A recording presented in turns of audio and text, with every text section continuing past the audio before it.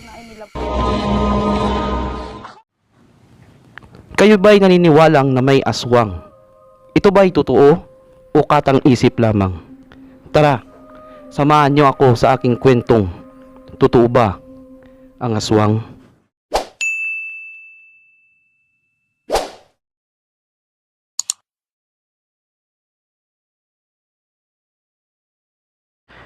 Ang aswang ay isang mitolohiyang nilalang sa mitolohiyang Pilipino kung saan ito ay pinapaniwalaan na kumakain ng tao at iba pang mga hayop.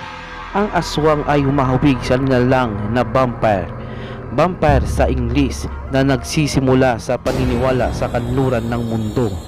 Ang paniniwala ng mga Pilipino sa katotohanan, nabubuhay ang mga nilalang na gaya ng aswang at iba pang nakatala sa mitolohiyang Pilipino sa mundo ay napalawig dahil sa impluwensya mismo na nagsimula sa kanunuan ng mga Pilipino.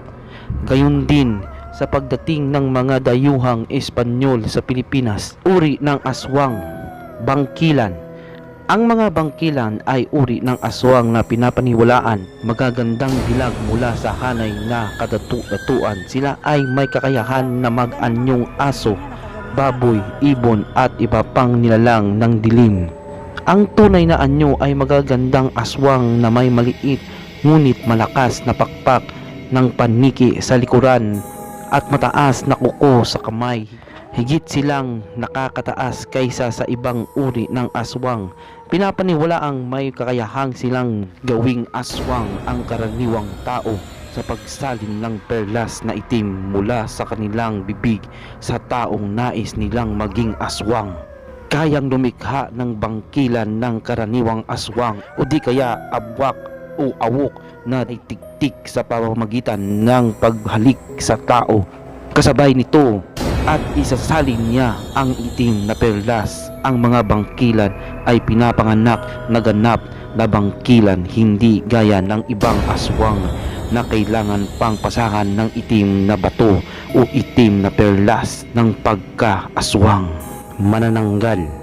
Ang manananggal ay isang uri ng aswang na pinapaniwalaan na may abilidad na putulin ang kanyang katawan sa dalawa at magkaroon ng pakpak na katulad ng isang paniki.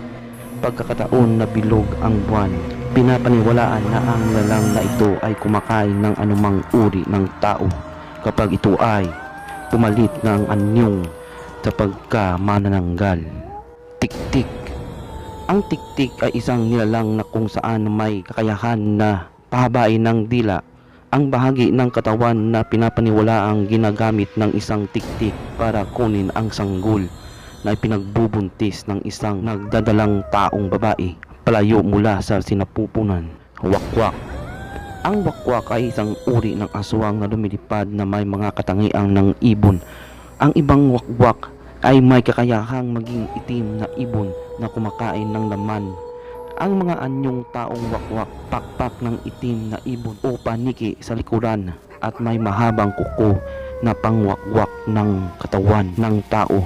Malabo ang mga mata ng wakwak ngunit matalas ang pandinig. Sinasabing bulag ang ibang wakwak kapag umaga at nakakakita lamang sa pagsapit ng gabi. Lagi nating tatandaan na manalangin araw-araw dahil Diyos lamang ang magliligtas sa atin sa kapahamakan. Tandaan, huwag magpadala sa tukso at takot. Nandito ang Diyos katabi natin dahil Diyos lamang ang tunay na kinatatakutan. Manalangin at magbigay patawad sa Diyos. Amen.